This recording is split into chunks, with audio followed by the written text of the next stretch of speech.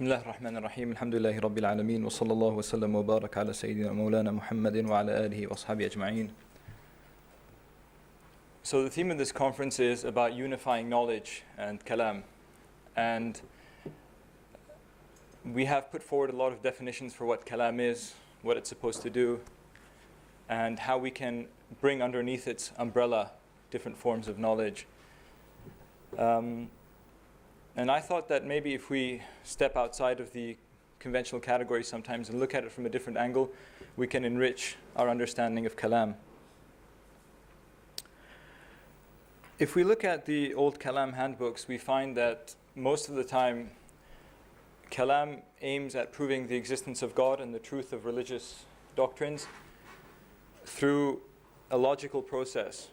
And it deals with proofs that are constructed from the external world. When we look at the world, things like the proof for the existence of God from the existence of things and that are in time, and looking at things like huduth, things coming into existence, logical proofs like the idea that you can't have infinite regress, somewhere something has to stop, it has to have a first cause. All of these things are based upon a logical worldview, and a worldview that is based on an external observation of the world. And so the Kalam project is inherently one that is almost dualistic with the way in which it looks at the world. And we had dinner time conversations with some of the people here, and we spoke about consciousness in Kalam and where does consciousness fit in. And is there a place in the Islamic worldview for a school that looks at the primacy of consciousness? Something that takes consciousness as primary. And my own opinion on this, and what I will draw on in my speech, is that this is something that is present with the Sufi thinkers and the Sufi theosophers. They took a primacy of consciousness approach to the world, and they did not deny Kalam, but they said that let's put it within a framework. Now, what that framework is open. Everybody has their own view on what fits the best. I find that there's a model by a person called Ken Wilber. Ken Wilber is the best unknown philosopher in the US. Somebody might have heard of him, but many people I mention him to sort of don't know him. Ken Wilber has a model called AQAL, A-Q-A-L, all quadrants, all lines. And what does he say in this model? So Ken Wilber says if we want to have a holistic view of reality. Ken Wilber is a map maker. He's the guy that makes maps. He says, I like to map out all of human knowledge. What I like about Ken Wilber is Ken Wilber takes science seriously, and he takes the claim of religion seriously, and he takes the claim of mystics seriously. And so within his framework, we can plug in our scientific findings, we can plug in the experience of the Sufis, we can plug in many things, and still have a unifying model. So Ken Wilber says, we can use our ordinary pronouns as a basis for looking at the world. I, we or us, it, and its. He has 4 quadrants, so he has its for a plural, and I'll try and explain what he means by that. He says these are all standpoints, and we cannot reduce one to the other.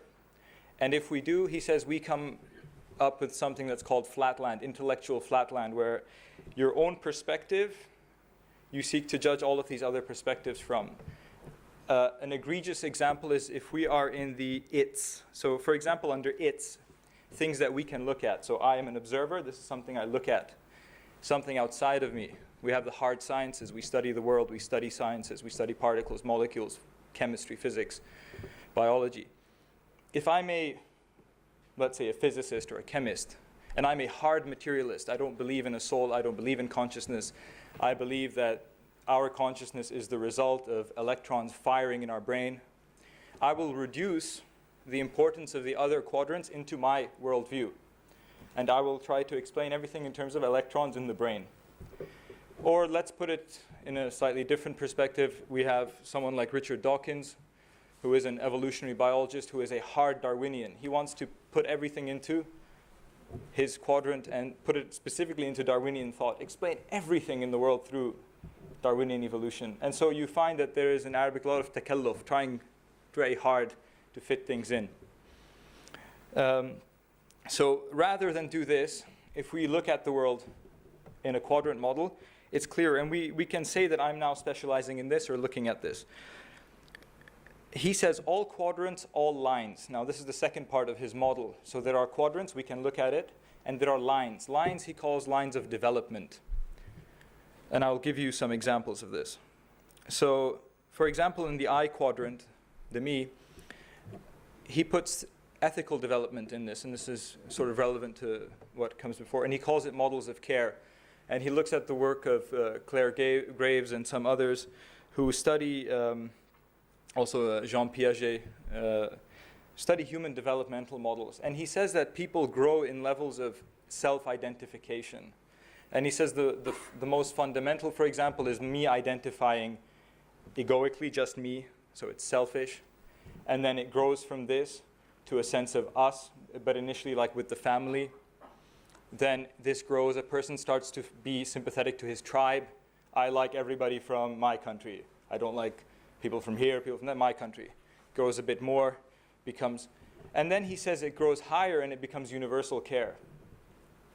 And this is, we're reaching higher levels until it has an embracing quality, like the quality of our Prophet ﷺ, who had care for rahmatan lil alameen, for everything in the world. This is a line of development in terms of care.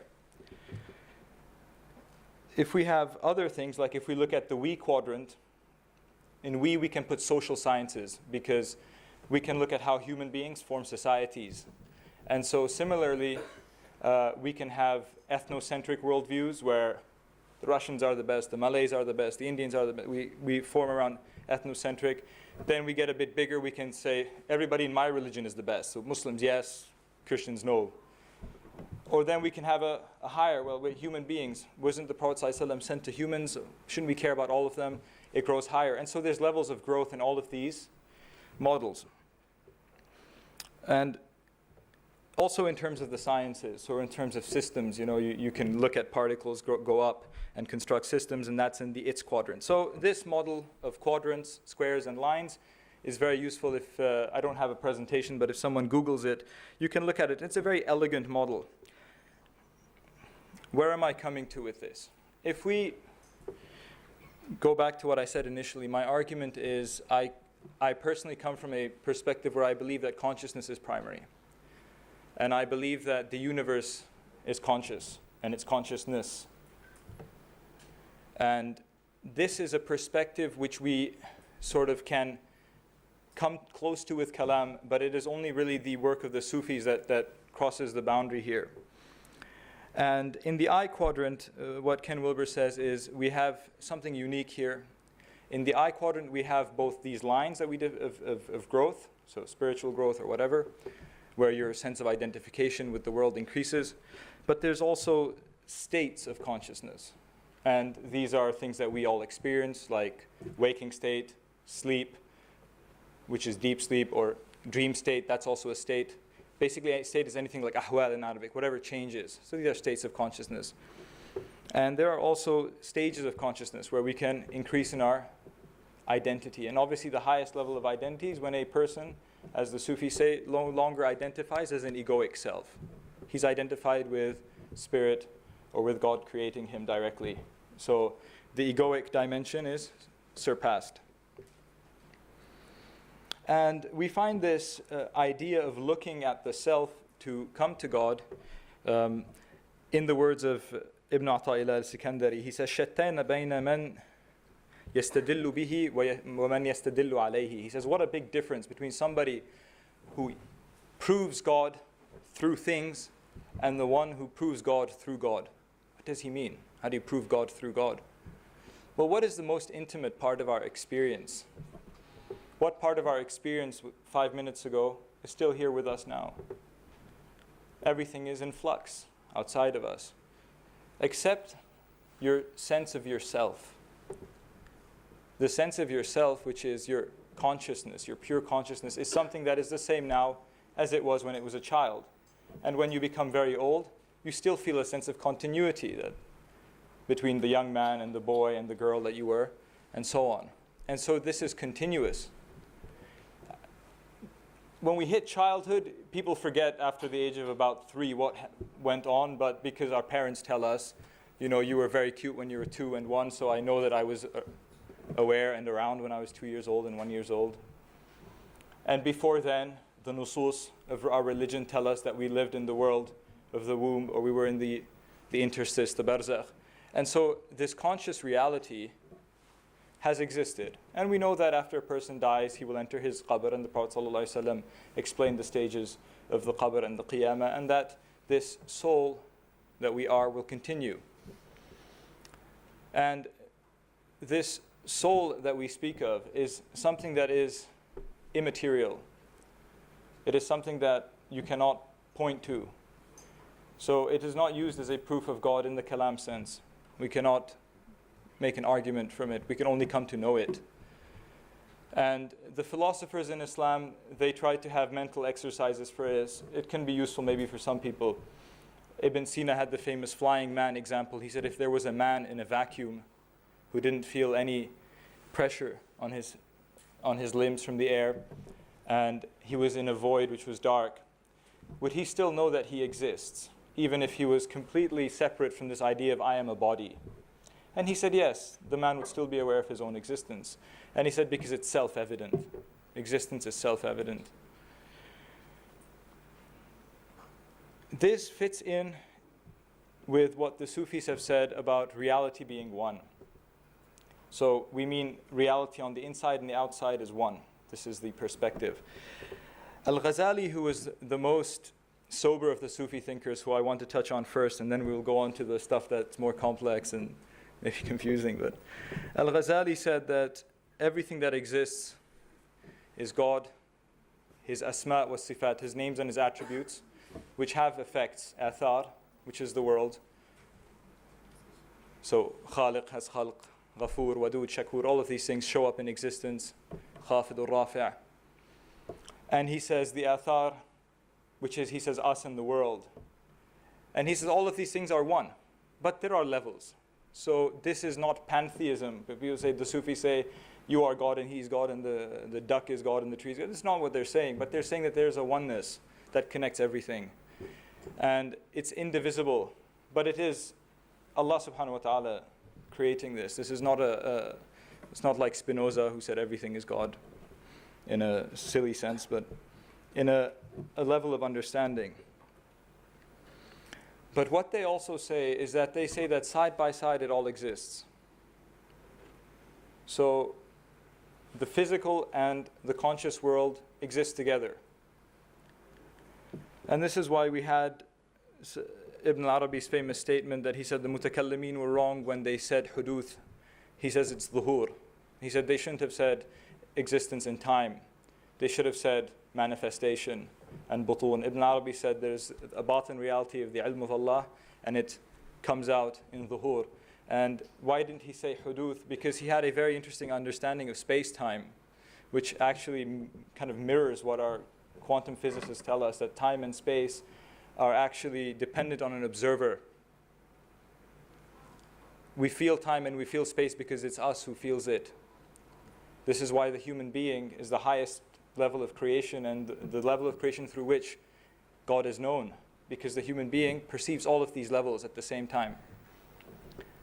And so physicists have gone into this. I don't want to bore you, but there are experiments like the double slit experiment where they shot photons through these slits, and they found that when somebody observes it, it no longer behaves like a wave, but starts behaving like a particle. And what the physicists said about the wave was they said it's probability. The probability of the electron being somewhere. And when you look at it, it freezes on the screen. If you measure it, and it measures as a dot, so as a thing. So it's first it's a wave of energy, can't say what it is, and then the observer comes using a tool or something, and it collapses as a thing. And they prove this. And what's very interesting is that our mutakallimin tell us that the world is three different things. The category of it's either wajib al-wujud, it's either mumkin, or it's either mustahil.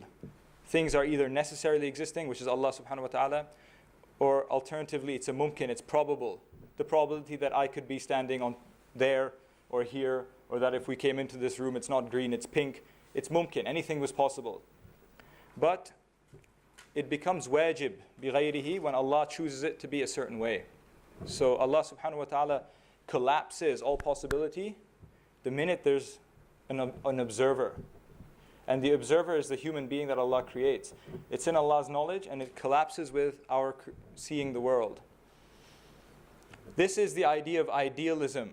But what I believe is our Sufis have gone beyond idealism of people like Berkeley, because Berkeley had a problem and they described this problem in a funny way.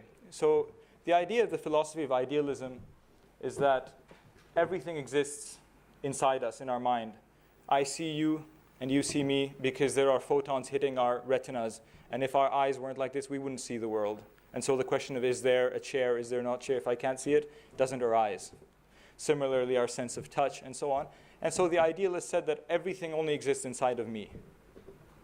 It's a strong philosophy. You can't argue against it. But also, there's a limit to it because they have interesting questions. So the idealist said, if you have a tree in a forest and the tree falls down, nobody's there, does it make a sound? So some people say, yes, of course. If the tree falls, it makes a sound. And the idealist said, no, it doesn't, because there's no ear there.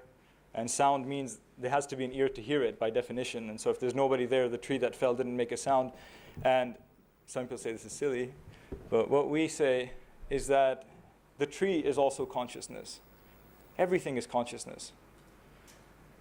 And what proves this from the nusus? I mean, what nusus can we look at?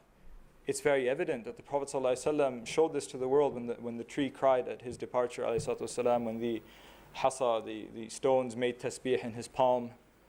And the Prophet ﷺ, well, even in the Quran, Allah subhanahu wa ta'ala says that إِن مِّن شَيْءٍ لَا يُسَبِّحُ بِحَمْدِهِ, and there's nothing except that it glorifies the Lord. So things are not material, dead objects.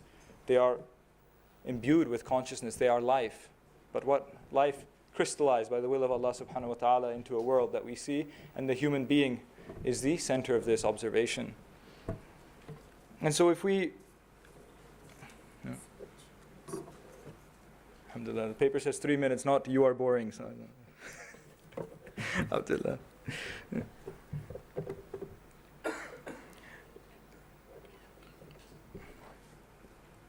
The idea now becomes that we have to embrace a view of the world, as we said, that the world is both a thing and not a thing. And the physicists tell us as much. The world is both a thing that we experience, and if you فَتَّشْتَهُ لَمْ تَجِدْهُ شَيْئًا, if you go and you explore it, you find that there is nothing actually there except the creation of Allah subhanahu wa ta'ala, directly creating this. And this is why the famous Sufi Abdul Ghani Nabulsi said in two couplets, he says, إِن قُلْتَ لَا شَيْءٌ قُلْنَا نَعَمْ هُوَ الْحَقُّ وَالشَّيْءُ فِيهِ اخْتَفَى. He says, if you say this world is nothing, we say na'am. Yes, it's nothing. He says it is reality and things get lost in reality. And he says, وَإِن قُلْتَ شَيْءٌ نَقُولُ الَّذِي لَهُ الْحَقُّ أَثْبَتَ كَيْفَ انْتَفَى. If you say if this world is a thing, we say yes, but reality proves that it is also vanishing. So he said both perspectives, yes and no. The world is both real and unreal. And where does this take place? Where does this knowing take place? In the human being. And so we have to come and look at the world and see this. Now, physical sciences tell us, yes, things are popping in and out of they call it existence and they call it popping. Obviously, we believe it's the qudra of Allah subhanahu wa ta'ala manifesting itself. And because the human observer has instruments in his body that work at a certain speed, we see certain things. If the speed changed, we would have a very different view of the world. And as we said, because all of these things are intertwined, they give an interesting example. They say that if you travel at 9/10 of the speed of light for 10 years, okay, so you have now aged 10 years, you go and you come back 9/10 of the speed of light, come back to Earth, your friends have all aged 70 years because space and time are are related. And so you age 10 years, and the guys that you were friends, you come back, they've aged 70 years. Maybe they died by the time you come back. But it's relative. It's relative to our speed and our observation. The world is a big mystery, and being stuck in certain paradigms is limiting for us. There's another sort of thing that comes up nowadays that they're studying, which is ESP, extrasensory perception, things that we believe in as Muslims. precognition, that you can know of something happening before it happens. All of this takes place in consciousness. These things would have been dealt with under the heading of khawariq al-'ada or karamat and so on. But the idea that there's extrasensory perception is now being tested in laboratories. So one test that they did was that they showed people slides of images, and they interspersed beautiful images, calming images of like flowers and things with a car accident, a dead person, shocking images. And the observers of these images were holding a device in their hand that was measuring sort of their emotional fluctuation, maybe the vibration of the hand or the feeling of fear. And what they noticed was, for all of them, normal people they brought in, seconds or microseconds before the scary image came, there was a sense of fear. And before the image of a positive image was there, they noticed the person relaxed.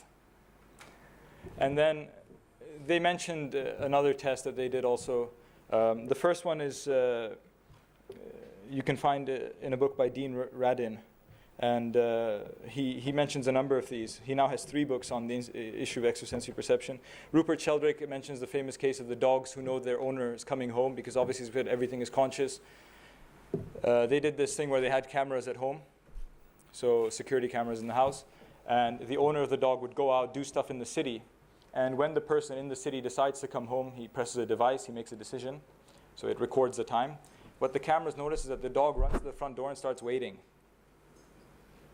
And this is something that they did many tests on. Now, how a dog can know that the owner on the other side of town has now made a niyyah to come back? Well, because their consciousness is related. It's coming from the same field. And in quantum physics, this is called entanglement, that things are actually related. I mean, again, we have no problem with this. This is our idea. No, okay.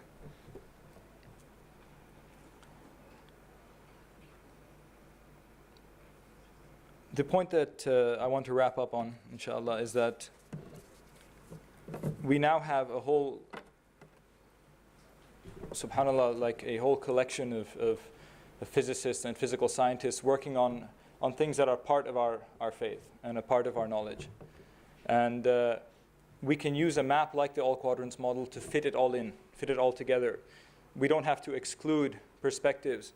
And you know, as you said, that the speaker before me, she well put it, that the mutakallimin were people who were engaged in a project of unifying knowledge, of gaining knowledge, and of being the scientists of the ummah. And that's why they put in their kalam, like Sheikh Muhammad will speak about, of the good and evil, the problems of good and evil, came into kalam books, because they realize that all of these things are linked. If you start thinking about the world, there's very little that is outside of it. But what we have to understand now is that also consciousness must come in. And it has to come in with us taking seriously the claims of the Sufis and bringing it into our discourse and mapping it. Thank you very much.